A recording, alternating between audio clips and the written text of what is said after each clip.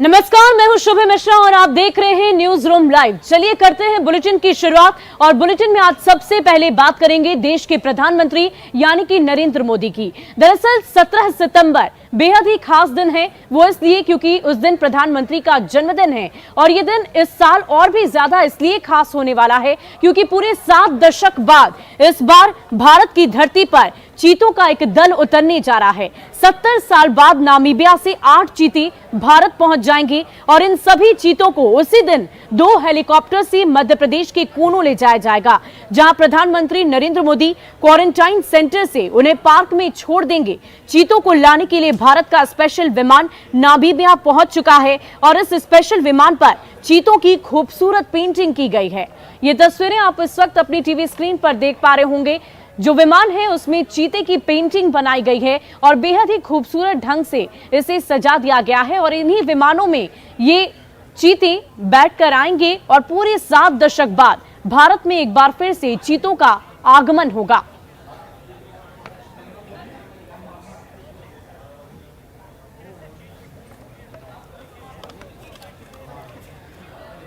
और चलिए अब आपको नामीबिया से आने वाले चीतों की सबसे पहली तस्वीर न्यूज 18 पर दिखाते हैं। ये तस्वीर जो आप इस वक्त अपनी टीवी स्क्रीन पर देख पा रहे होंगे, इससे आप समझ सकते हैं कि चीते जो इस वक्त वो आएंगे वो कैसे दिखेंगे। और 8 चीते श्योपुर के कूनो लाए जा रहे हैं, जिसमें 3 नर चीते और 5 मादा चीते लाए जा रहे हैं। ये विदेशी मेहमान 2 से 5 साल के उम्र के हैं। और आपको बता दें कि प्रधानमंत्री नरेंद्र मोदी अपने जन्मदिन यानी कि 17 सितंबर को मध्य प्रदेश के दौरे पर रहेंगे। इसी दिन कूनो नेशनल पार्क में 8 अफ्रीकन चीतों की शिफ्टिंग होगी और पीएम मोदी इस कार्यक्रम में शिरकत करेंगे।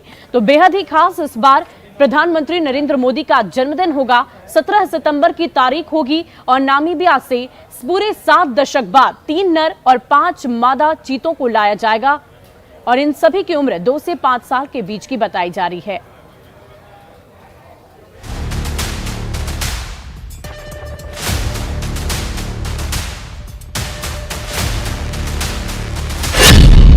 भारत की धरती पर फिर चीते की दहा।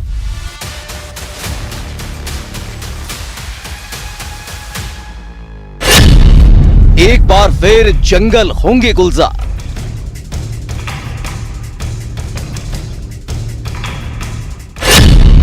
सत्तर साल बाद दिखेगी चीते की रफ्तार।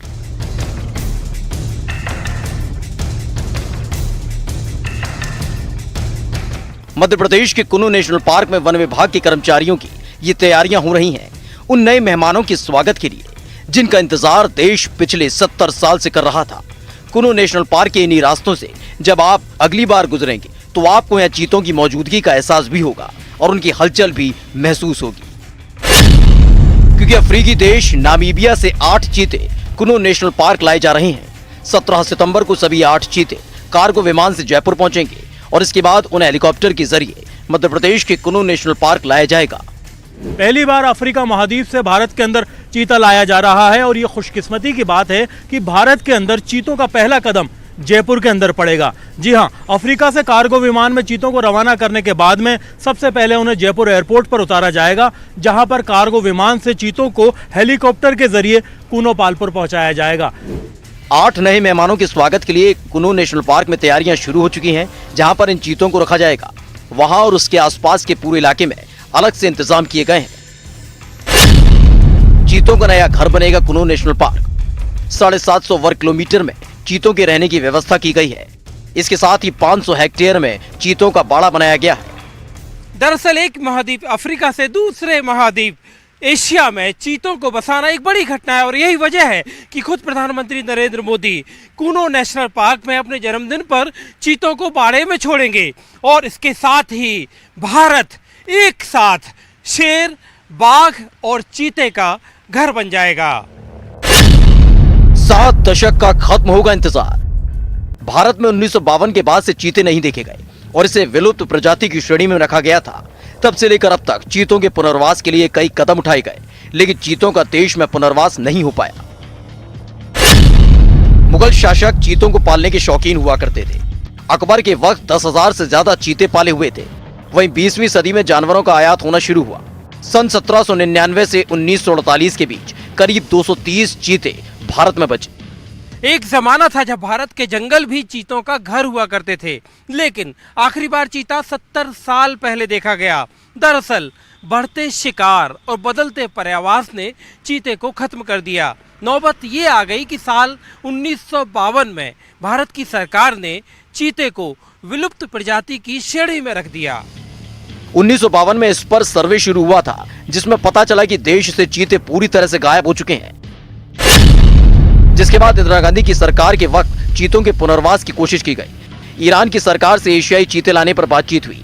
एशियाई शेरों के बदले ईरान से चीते लाने की बात हुई थी।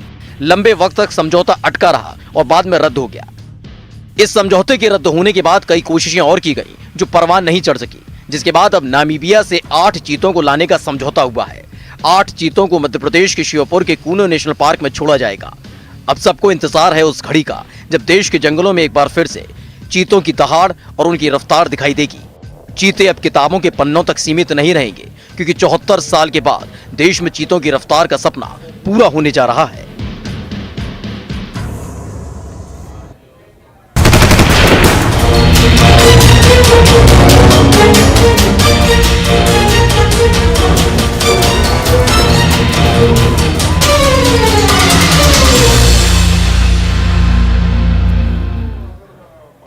और देखिए, बिहार में एक बार फिर अपराधी बेलगाम हैं। जनता त्राहिमाम कर रही है और एक बार फिर से पुलिस प्रशासन से रक्षा की गुहार लगा रही है। और सवाल यह है कि आखिर बिहार में अपराध पर लगाम कब लगेगी।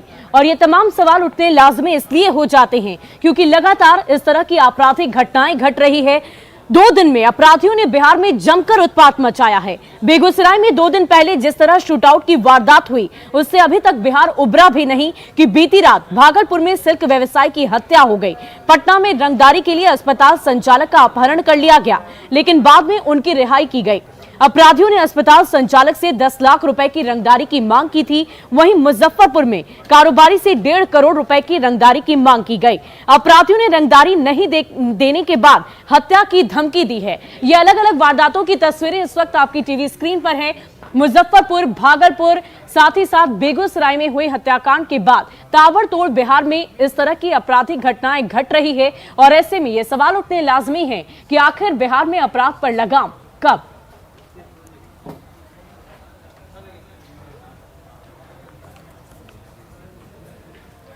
और चलिए अब बात करते हैं बेगूसराय में घटी उस घटना की जिससे पूरा बिहार दहल उठा है। करीब 42 घंटे का वक्त बीत चुका, लेकिन अब भी अपराधी पुलिस की गिरफ्त से बाहर हैं। और ऐसे में बाइक सवार अपराधी पुलिस की गिरफ्त से बाहर होने की वजह से पुलिस ने कल 4 अपराधियों की फोटो जारी की, लेकिन अभी तक इनकी गिरफ्तारी नहीं हो सकी है। और लगातार ये चर्चा का विषय बना हुआ है कि आखिर 42 घंटे बीत जाने के बाद भी ये अपराधी क्यों नहीं गिरफ्त में आए।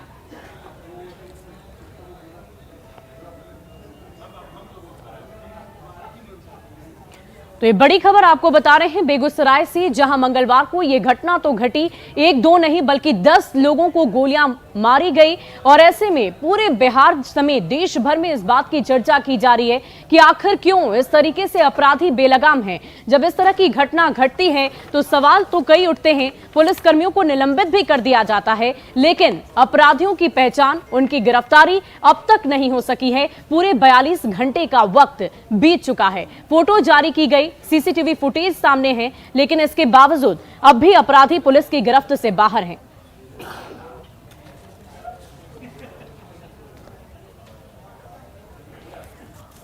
और देखिए, सीएम नीतीश कुमार आज बिहार को एक बड़ी सौगात देने जा रहे हैं और ऐसे में बिहार वासियों में काफी खुशी है। सीएम 11:30 बजे ग्रामीण सोलर स्ट्रीट लाइट योजना का शुभारंभ करेंगे और इस कार्यक्रम में डिप्टी सीएम तेजस्वी और मंत्री मुरारी गौतम भी शामिल होंगे। सचिव ऊर्जा विभाग से अनुरोध है कि माननीय उप मुख्यमंत्री महोदय श्री तेजस्वी प्रसाद यादव जी का स्वागत इस अवसर पर हरित गुच्छ से आप करें। श्री मिहिर कुमार सिंह, प्रधान सचिव पंचायती राज विभाग से अनुरोध है कि माननीय मंत्री पंचायती राज विभाग श्री मुरारी प्रसाद गौतम जी का अभिनंदन करें।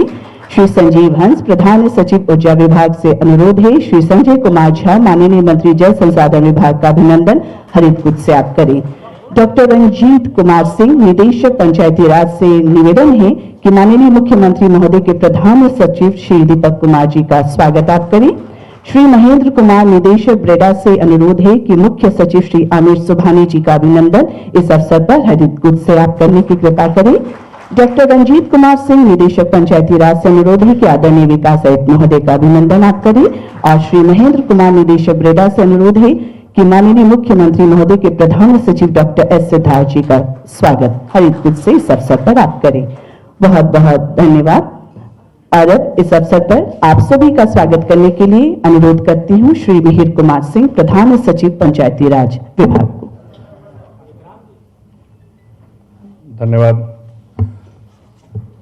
मुख्यमंत्री ग्रामीण सोलर लाइट योजना के शुभारंभ समारोह में वेबकास्ट एवं डायरेक्ट टेलीकास्ट से जुड़े 2,58,000 त्रिस्तरीय पंचायती राज प्रतिनिधियों एवं बिहार की जनता की ओर से मैं यशस्वी माननीय मुख्यमंत्री श्री नीतीश कुमार जी का स्वागत करता हूं।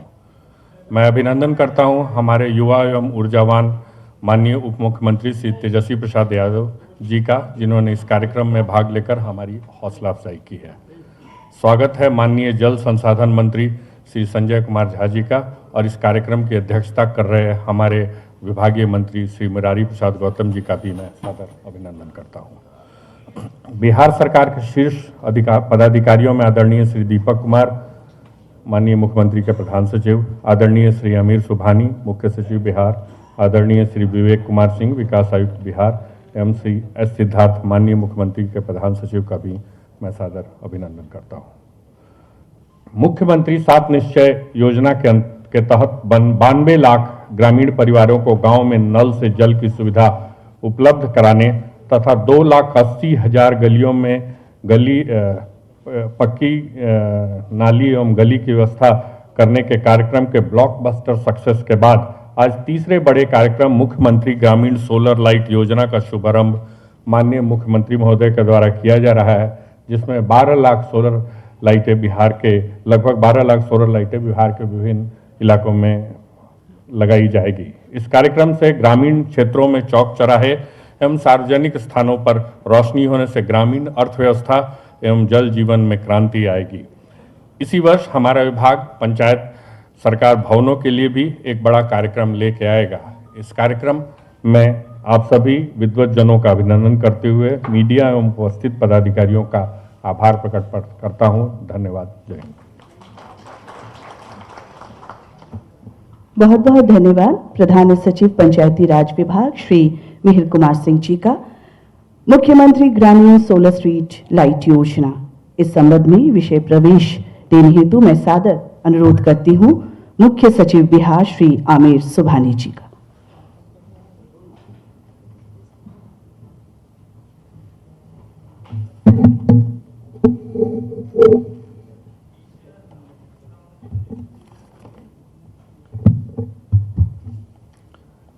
परम आदरणीय श्री नीतीश कुमार जी माननीय मुख्यमंत्री बिहार, आदरणीय श्री तेजस्वी प्रसाद यादव जी माननीय उप मुख्यमंत्री बिहार, आदरणीय श्री मुरारी प्रसाद गौतम जी माननीय मंत्री पंचायती राज विभाग बिहार सरकार, आदरणीय श्री संजय कुमार झा जी माननीय मंत्री जल संसाधन विभाग बिहार सरकार, श्री दीपक कुमार साहब माननीय मुख्यमंत्री जी के प्रधान सचिव, श्री विवेक कुमार सिंह विकास आयुक्त बिहार, श्री एस सिद्धार्थ माननीय मुख्यमंत्री के प्रधान सचिव, श्री मिहिर कुमार सिंह प्रधान सचिव पंचायती राज विभाग, श्री संजीव हंस प्रधान सचिव ऊर्जा विभाग, अधिकारीगण, अतिथिगण, मीडिया के प्रतिनिधिगण, देवियों और सज्जनों, आज एक और ऐतिहासिक दिन है।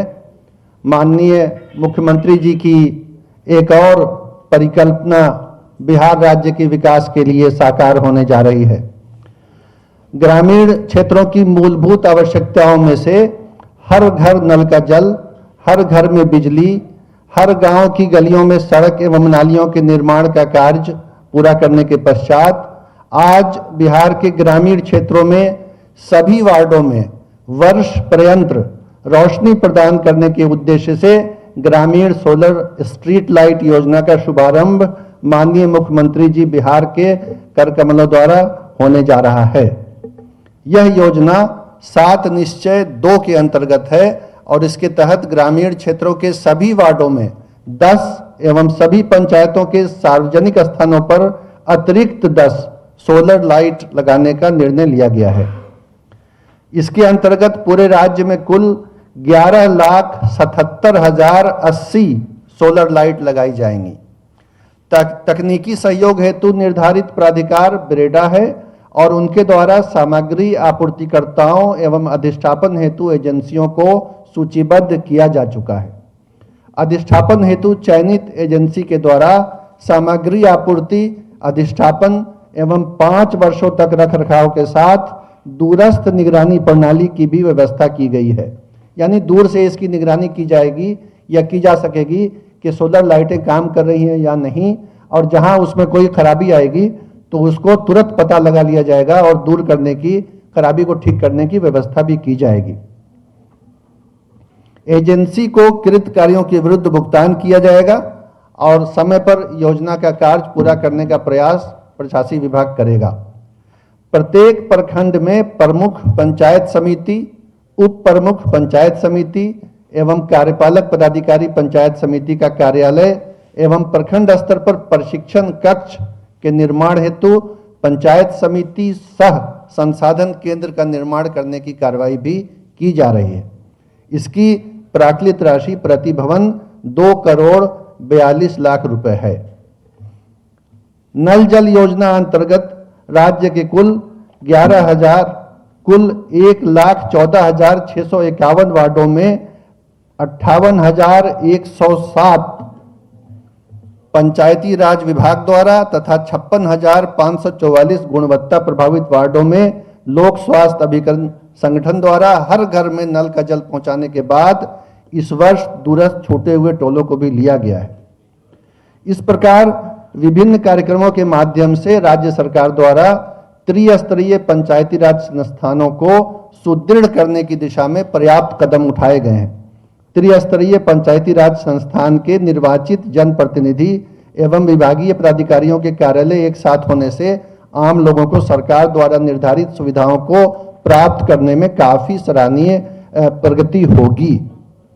राज्य सरकार प्रशासन के सारे पहलुओं को आपके द्वार यानी इस राज्य की जनता के द्वार पर पहुंचाने के लिए कटिबद्ध है और संपूर्ण राज्य सरकार के अधिकारियों का प्रयास होगा कि इन सारी योजनाओं को जल्द से जल्द धरातल पर क्रियान्वित करें।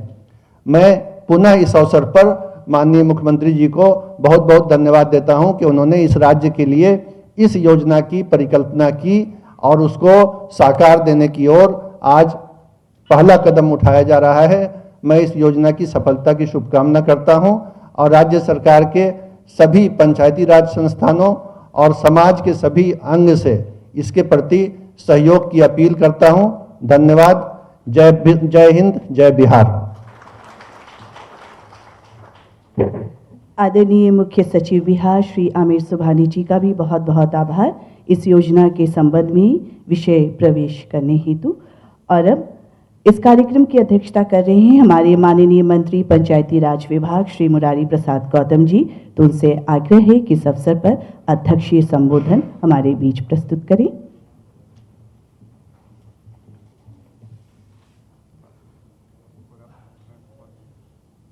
मुख्यमंत्री ग्रामीण सोलर स्ट्रीट लाइट योजना शुभारंभकर्ता माननीय मुख्यमंत्री नीतीश कुमार जी, इस कार्यक्रम में विशेष अतिथि के रूप में उपस्थित हमारे उप मुख्यमंत्री माननीय तेजस्वी जी,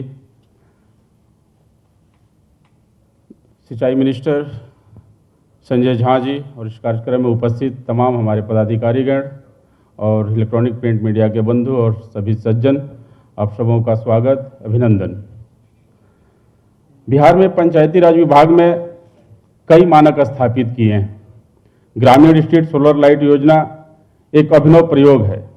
विभाग के द्वारा कई तरह की योजनाएं चलाई जा रही। विभागीय मंत्री होने के नाते मैं आपको आश्वस्त करना चाहूँगा कि ये सारी योजनाएं बिहार को बेहतर बिहार बनाने में मददगार होगी। राष्ट्रपति महात्मा गांधी ने कहा था, भारत की आत्मा गांव में बसती है। बिहार के लगभग 88% आबादी गांव में रहती है, जिसके विकास की जिम्मेदारी मुख्य रूप से पंचायती राज विभाग की है। पंचायतों में किया गया विकास कार्य उस 88% आबादी को सीधे तौर पर प्रभावित करता है। पंचायती राज विभाग ने लोगों को हर तरह की सुविधा उपलब्ध कराने के लिए कई कार्यक्रम चलाए हैं। जनसेवाओं के लिए सभी गांवों में शुद्ध पेयजल उपलब्ध कराने के उद्देश्य से मुख्यमंत्री ग्रामीण पेयजल निश्चय योजना चलाया गया। इससे अब तक 1.1 लाख वार्ड को पेयजल उपलब्ध कराया गया, जिसमें लगभग 52% वार्ड में पंचायतों के वार्ड सदस्यों के नेतृत्व में वार्ड क्रियान्वयन एवं प्रबंधन समिति द्वारा इसका क्रियान्वयन कराया गया। इस योजना की सफलता को देखते हुए अब ऐसी ही योजना पूरे देश में चलाई जा रही है। मुख्यमंत्री ग्रामीण गली नली पक्कीकरण निश्चय योजना का सफल क्रियान्वयन भी वार्ड क्रियान्वयन एवं प्रबंधन समिति द्वारा कराया गया। इसमें बिहार के सभी गांव के सभी बसावटों को सड़क संपर्कता प्रदान किया गया। कुल 280 लाख योजनाओं का कार्य पूर्ण कर लिया गया है। इन दोनों योजनाओं पर 190.67 करोड़ रुपये व्यय किए गए हैं। ठोस एवं तरल अपशिष्ट प्रबंधन की व्यवस्था एवं पूर्व की 7 निश्चय योजना का अनुरक्षण किया गया है। साथ ही पशु एवं मत्स्य संसाधनों का विकास भी किया जाएगा।